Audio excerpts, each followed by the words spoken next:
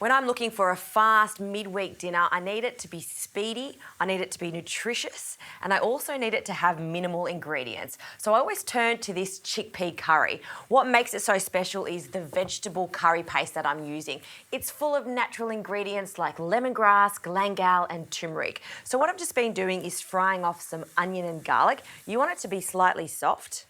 And then in with 1 tablespoon of this lovely aromatic curry paste. This one is Indonesian style. So 1 to 2 tablespoons. And like all good curry paste, you need to fry it off first. So we'll just give that a moment.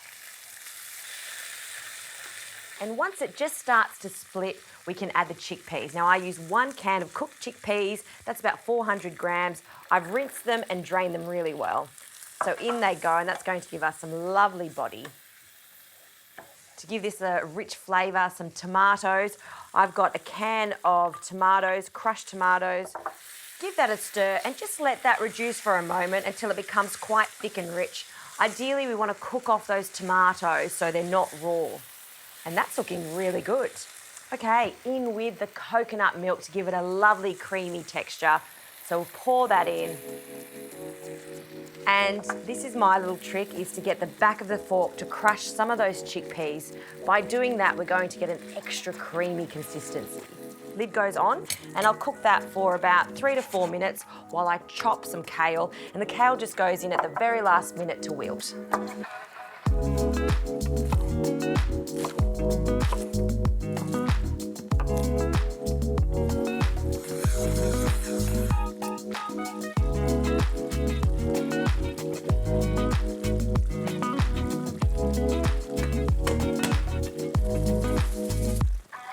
All right, this curry smells good. It's ready to go.